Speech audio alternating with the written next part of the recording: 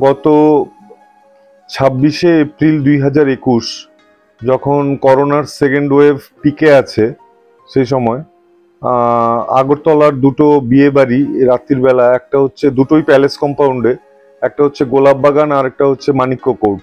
এই দুটো বিয়ে বাড়িতেই বিয়ের অনুষ্ঠান চলছিল রাত্রি 11টার পরেও। আর সেই সময় ওয়েস্ট ত্রিপুরা ডিস্ট্রিক্টের ডিস্ট্রিক্ট ম্যাজিস্ট্রেট ছিলেন ডক্টর শৈলেশ কুমার যাদব। তো উনাকে মোস্ট প্রবাবলি মিডিয়ারই কোনো বন্ধুরা খবর দেন যে স্যার এরকম করোনা কারফিউ লঙ্ঘন করে বিয়ে বাড়িতে রাত্র 11টার পরও বিয়ের অনুষ্ঠান চলছে, এটা কিভাবে হয়। তো এনিওয়ে, তো কোনো সোর্স থেকে উনি খবরটা পেয়ে উনি বিয়ে বাড়িতে যান এবং মানিক্য কোর্ট প্রথমে ভিজিট করেন উনি। গোলাপবাগান ভিজিট করার পর তারপরে যান মানিক্য কোর্ট। তো উনি প্রথমে যান অ্যাট অ্যারাউন্ড 11টা নাগাদ প্রথম যান গোলাপবাগানে যাওয়ার পর সেখানে গিয়ে উনি দেখেন বিয়ে বাড়ির মধ্যে হই হল্লা চলছে, সমস্ত কিছু নর্মালি চলছে, ডিজে বাজিয়ে গান চলছে। তো উনি বলেন যে আমি ডিস্ট্রিক্ট ম্যাজিস্ট্রেট, 144 ধারা লাগু আছে, তো আর ডিজাস্টার ম্যানেজমেন্ট অ্যাক্টও লাগু আছে, আপনারা এইভাবে কারফিউ আওয়ার্সের বাইরে বা কারফিউ আওয়ার্সের ভেতরে আপনারা বিয়ের অনুষ্ঠানে এই বেআইনি জমায়েত আপনারা করতে পারেন না, আপনারা চলে যান। তো সেই সময় করোনা নাইট কারফিউ জারি ছিল রাত্রি 10টা থেকে সকাল 5টা পর্যন্ত। তো Shailesh Yadav district disaster management authority হিসেবে, ল এনফোর্সিং এজেন্সি হিসাবে উনি গেছেন, কিন্তু উনার কথা কেউ শোনেনি। তখন উনি বলেছেন যে তাহলে আমি ক্রাউড ডিসপার্স করব। তো অ্যাকর্ডিংলি উনি ওই জমায়েতকে ভেঙে দিতে বলেন, কিন্তু ওরা কেউ শোনেনি। তো ওনার কথা না শোনার পর উনি ওনার পার্সোনাল সিকিউরিটি পিজি ছিল 4জন সঙ্গে, তো ওদেরকে বলেছে যে তোমরা একটা কাজ করো, তোমরা এখানে যারা আছে ওদেরকে বের করে দাও। তো তারপর ওদেরকে বের করে দেওয়া হয়েছিল। তো এরপরে উনি যান, এর 15-20 মিনিট বাদে উনি যান মানিক্য কোর্ট ম্যারেজ হলে। মানিক্য কোর্টে যাওয়ার পর সেখানে গিয়েও দেখেন যে বিয়ে করার জন্য পারমিশন যেটা ডিস্ট্রিক্ট ম্যাজিস্ট্রেটের অফিস থেকে নেওয়া, সেটা হচ্ছে নাইট কারফিউ সময় যেটা বলবৎ ছিল সেই সময়, সেটার ভেতরে সবকিছু করতে হবে। মানে আপনার যদি বিয়ের অনুষ্ঠান সারতেও হয় রাত্রি 10টার ভেতরে আপনাকে ওটাকে শেষ করে ফেলতে হবে। কিন্তু রাত্রি 11:30 নাগাদ যখন শৈলেশ যাদব ওখানে যান, গিয়ে দেখেন যে নাইট কারফিউ লঙ্ঘন করে তখনও বিয়ের অনুষ্ঠান চলছে।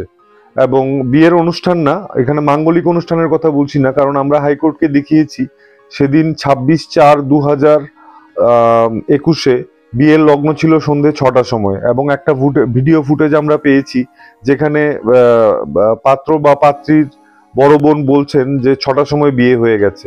তো সেই জন্য সেটা রাত্রিবেলা 11:30টার সময় যেটা চলছিল, সেটা ডিজে বাজিয়ে গান, আনন্দ ফুর্তি, আনন্দ অনুষ্ঠান যেটা বিয়েতে হয় সেটাই চলছিল। কিন্তু সেটা সম্পূর্ণ বেআইনি ছিল, যেহেতু ডিজাস্টার ম্যানেজমেন্ট অ্যাক্ট লাগু ছিল। কারণ ডিজাস্টার ম্যানেজমেন্ট অ্যাক্ট লাগু করা হয়েছিল চিফ সেক্রেটারির একটা অর্ডার মূলে। সেই অর্ডারটা উনি করেছিলেন 20 এপ্রিল 2021।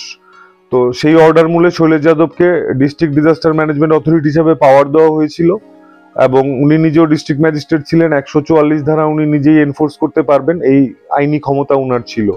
তো অ্যাকর্ডিংলি উনি ডিসপাস করতে বলেন। আর তারপরে কি হয়, এই বিয়ের অনুষ্ঠানে শৈলেশ যাদবের যাওয়া নিয়ে প্রচুর মিডিয়া অ্যাটেনশন ড্র করে। সারা ভারতবর্ষে এটা নিয়ে একটা আলোড়ন পড়ে, বিভিন্ন লোক বিভিন্ন অ্যাঙ্গেল থেকে এটাকে দেখতে শুরু করে। তো তারপর 3টে মামলা হয় শৈলেশ যাদবের এগেনস্টে। 3টে মামলা ত্রিপুরা হাইকোর্টে হয়। একটা মামলা করেন স্বপন কুমার দেব, যে ওই মানিক্য কোর্ট যে বিয়ে বাড়ি, সে বিয়ে বাড়ির পাত্রীর বাবা। আর একটা করেন সর্বানন্দ ঝা, উনি হচ্ছেন গোলাপবাগান ম্যারেজ হলের পুরোহিত ছিলেন। আর একটা করেন আইনজীবী, এটা হচ্ছিল পাবলিক ইন্টারেস্ট লিটিগেশন, সেটা করেন আইনজীবী ভাস্কর দেববর্মা। তো এই 3টে মামলা একসঙ্গে ট্যাগ করে হাইকোর্টে দীর্ঘ বছর চলে। 2021 থেকে মে মাসের 3 তারিখ করা হয়েছিল মামলাগুলো। মে মাসের 3 তারিখ থেকে শুরু করে আজকে পর্যন্ত। আজকে 2024-এর 22শে মে আজকে হাইকোর্টের ডিভিশন বেঞ্চ রায় দিয়েছেন। ডিভিশন বেঞ্চে ছিলেন আমাদের চিফ জাস্টিস মহামান্য শ্রী অপরেশ কুমার সিং এবং জাস্টিস শ্রী অরিন্দম লোধ। তো ওরা দুজন জাজমেন্ট দিয়ে শৈলেশ যাদবকে এই 3টে মামলা থেকে অব্যাহতি দেন। এবং 3টে মামলাই খারিজ করে দেন। কারণ ডিজাস্টার ম্যানেজমেন্ট অ্যাক্টে শৈলেশ যাদবের যেই পাওয়ার ছিল, রাদার আপনারা অনেকেই দেখেছেন মিডিয়ার বন্ধুরা যারা আপনারা সেই সময় নিউজ করতেন যে অনেক জায়গাতে লোকে জমায়েত করতো বা কেউ আড্ডা মারছে রাস্তায় স্ট্রিট কর্নারে দাঁড়িয়ে, পুলিশ তাদেরকে ধরে বেধড়ক লাঠি পেটা করছে বা তাদেরকে লাঠি নিয়ে তাড়া করছে। তো সেই নিয়ে কিন্তু কোনো মামলা হয়নি। তখন কিন্তু মানুষ বুঝে গেছে যে করোনার সময় মজা করার সময় নয়, সেটা একটা এক্সট্রিম পিরিয়ড ছিল। তো সেই জন্য শৈলেশ যাদব যেটা করেছেন সেটা আইন অনুযায়ী করেছেন, সেটা হাইকোর্টও বুঝেছে এবং উনাকে হাইকোর্ট অব্যাহতি দিয়েছেন এবং রিট পিটিশন গুলো খারিজ করেছেন। রায়ের এখনো কপি আমরা হাতে পাইনি, রায়ের পুরো কপি হাতে পেলে তারপর আরো বিস্তারিত বলা যাবে। এখানে এই মামলা যখন করা হয়েছিল 3 মে 2021, সেই সময় প্রথমে হাইকোর্ট থেকে ডাইরেকশন দেওয়া হয়েছিল একটা তদন্ত কমিটি করার জন্য। তো 2জন আইএএস অফিসার কে দিয়ে একটা তদন্ত কমিটি করানো হয়েছিল, তারা যাতে প্রাথমিকভাবে ঘটনাটা এনকোয়ারি করেন। তারা এনকোয়ারি যে রিপোর্ট দিয়েছিল সেটা হাইকোর্ট সন্তুষ্ট হতে পারেননি। তখন হাইকোর্ট একজন রিটায়ার্ড জুডিশিয়াল অফিসার সুভাষ শিকদারকেও সেই তদন্ত কমিটিতে ইনক্লুড করেন। সুভাষ শিকদার সাহেব ইনক্লুড করার পরও যে রিপোর্টটা দেওয়া হয়েছিল সেই রিপোর্টেও হাইকোর্ট সন্তুষ্ট হতে পারেননি। কারণ বেসিক্যালি হাইকোর্ট জানতে চেয়েছিল যে আন্ডার হোয়াট সার্কামস্ট্যান্সেস সেই রাত্রে মহিলা, শিশু এবং পুরুষদের থানায় নিয়ে যাওয়া হয়েছিল। তো শৈলেশ যাদব বেসিক্যালি থানায় নিয়ে যাওয়ার ব্যাপারে ওনার কোনো রোলই ছিল না, কারণ উনি যখন দেখেছেন এখানে আইনভঙ্গ হচ্ছে উনি পুলিশের সাহায্য চেয়েছেন, পুলিশকে ফোন করেছেন। তারপর সেই সময়ের অ্যাডিশনাল এসপি আরবান জগদীশ্বর রেড্ডি উনি এসেছিলেন, এসে পুলিশি ব্যবস্থা যা করার বা যাকে থানায় নিয়ে যাওয়ার উনিই নিয়ে গেছেন। শৈলেশ যাদব তো আর পুলিশ নন যে উনি কাউকে অ্যারেস্ট করে নিয়ে যাবেন।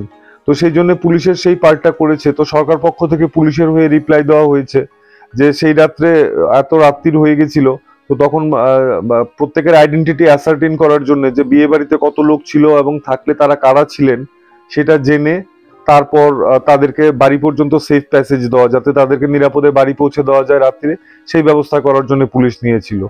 তো এই ছিল স্টেট অফ ত্রিপুরার গ্রাউন্ড। তো দুটো এনকোয়ারি রিপোর্টও যখন হাইকোর্ট সন্তুষ্ট হতে পারেননি, তখন হাইকোর্ট তৃতীয় একটা এনকোয়ারি করিয়েছেন রিটায়ার্ড ডিস্ট্রিক্ট জাজ শ্রী বামদেব মজুমদারকে দিয়ে।